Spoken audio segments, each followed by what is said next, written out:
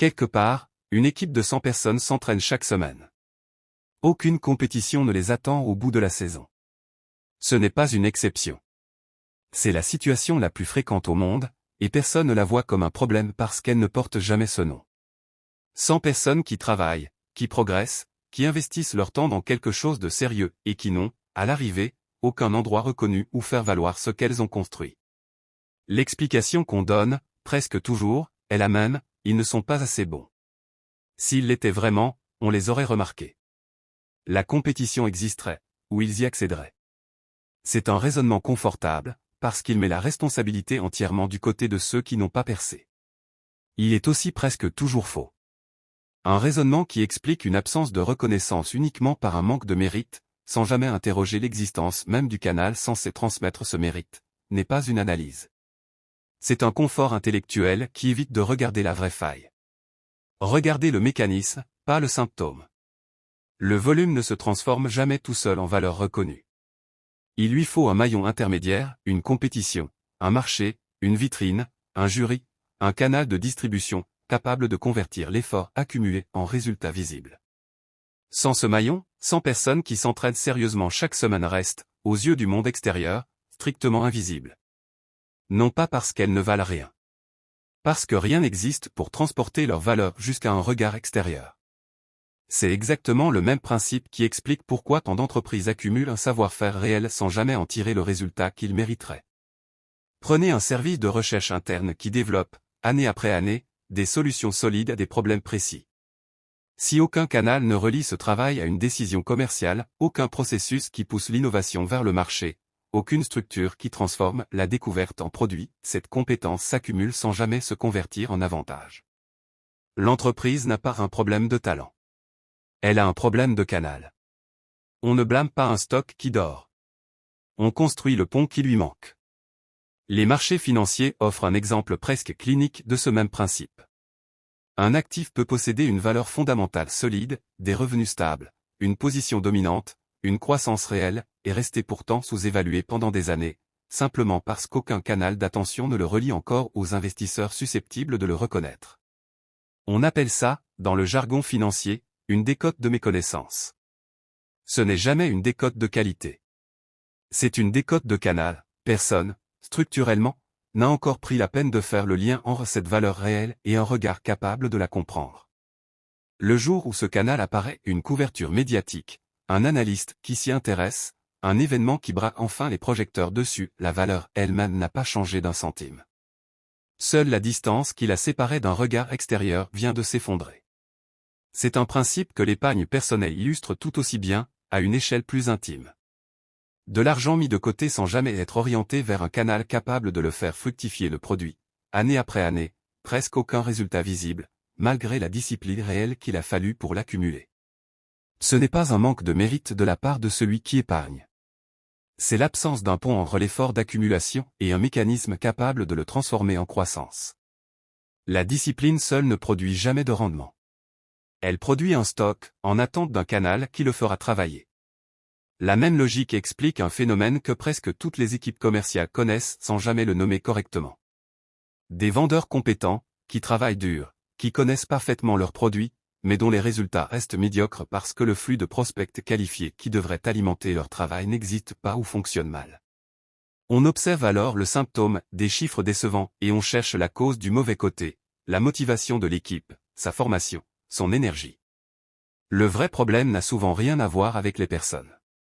Il se trouve en amont, dans l'absence du mécanisme qui aurait dû transformer leur effort individuel en opportunités concrètes. Un système qui blâme l'individu pour l'absence d'un canal qu'il n'a pas construit lui-même n'est pas un système juste. C'est un système qui protège sa propre architecture en accusant ceux qui la subissent. Il y a une raison précise pour laquelle ce type de faille reste si souvent invisible, y compris pour ceux qui la vivent de l'intérieur. On voit toujours l'effort qu'on fournit. On ne voit presque jamais l'infrastructure absente qui aurait dû le recevoir. C'est une asymétrie d'attention, la présence d'un problème saute aux yeux, l'absence d'une solution ne se remarque jamais de la même façon, parce qu'il n'y a rien à regarder, juste un vide qu'on finit par confondre avec la normalité.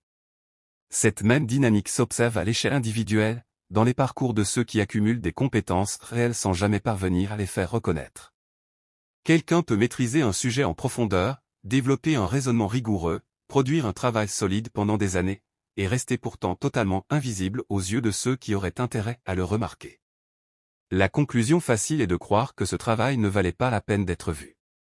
La conclusion correcte, presque toujours, est différente, aucun canal ne reliait ce travail à un public capable de le reconnaître. Le problème n'était jamais la qualité de ce qui avait été construit. C'était l'absence du pont censé le transporter jusqu'à quelqu'un d'autre. On ne mesure jamais la valeur d'un travail à sa qualité intrinsèque.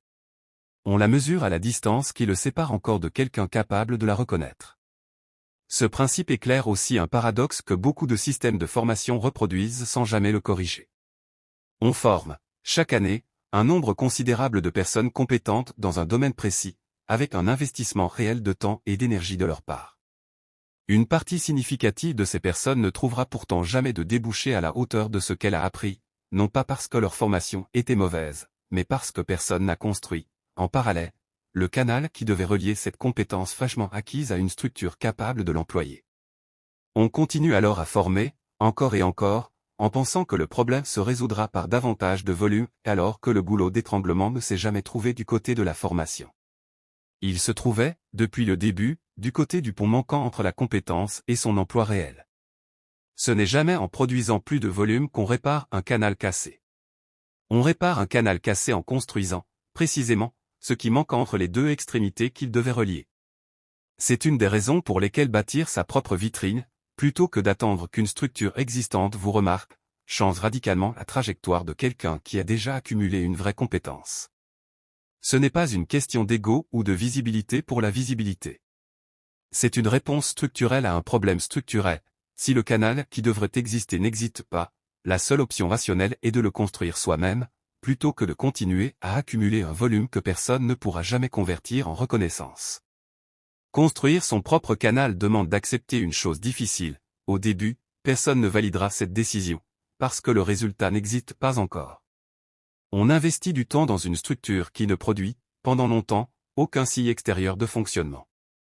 C'est exactement le même mur psychologique que celui de la prudence structurelle évoquée plus tôt, un coût certain, immédiat, contre un bénéfice qu'on ne peut ni mesurer ni prouver à l'avance. La différence entre ceux qui finissent par avoir un canal qui fonctionne et ceux qui continuent d'accumuler du volume dans le vide n'est presque jamais une différence de talent au départ. C'est une différence de tolérance à ce silence initial, le temps que le pont fraîchement construit commence à porter du trafic. Personne ne construit un canal parfait du premier coup. La plupart des structures qui finissent par relier efficacement un volume de compétences à une reconnaissance réelle ont commencé comme des tentatives maladroites, ajustées au fil du temps, corrigées à mesure qu'on comprenait mieux ce qui bloquait vraiment. L'erreur serait de croire qu'il faut attendre d'avoir la version parfaite du canal avant de commencer à l'utiliser. Un pont imparfait qui existe transporte toujours plus de valeur qu'un pont idéal qui n'a jamais été construit. Regardez ce principe sous un autre angle, plus large encore. Chaque secteur qui a connu une transformation radicale de son organisation n'a presque jamais été transformé par une explosion soudaine de talent. Il a été transformé par la création d'un nouveau canal, capable de faire remonter un volume de compétences qui existait déjà, mais qui restait auparavant piégé dans l'invisibilité. Le talent n'apparaît pas d'un coup quand un secteur change. Il était là depuis longtemps, en abondance, en attente d'un mécanisme capable de le faire circuler. C'est la même leçon, encore, qu'on peut tirer de la gestion d'une équipe. Un dirigeant qui constate année après année que ses meilleurs éléments finissent par partir ailleurs a rarement un problème de fidélisation au sens où on l'entend d'ordinaire. Il a, la plupart du temps, un problème de canal interne. Aucune structure claire ne permet à la compétence accumulée en interne de se transformer en progression visible, en responsabilité élargie, en reconnaissance concrète. Les meilleurs éléments ne partent pas parce qu'ils manquent de loyauté. Ils partent chercher, ailleurs, le pont que leur propre organisation a oublié de construire. Ne confondez plus l'absence de résultats et l'absence de valeur. Ce sont deux choses complètement différentes, et l'erreur la plus coûteuse consiste à traiter la première comme une preuve de la seconde. Alors la vraie question, face à un volume d'efforts qui ne débouche sur rien de visible, n'est jamais « suis-je réellement assez bon pour mériter d'être reconnu ?»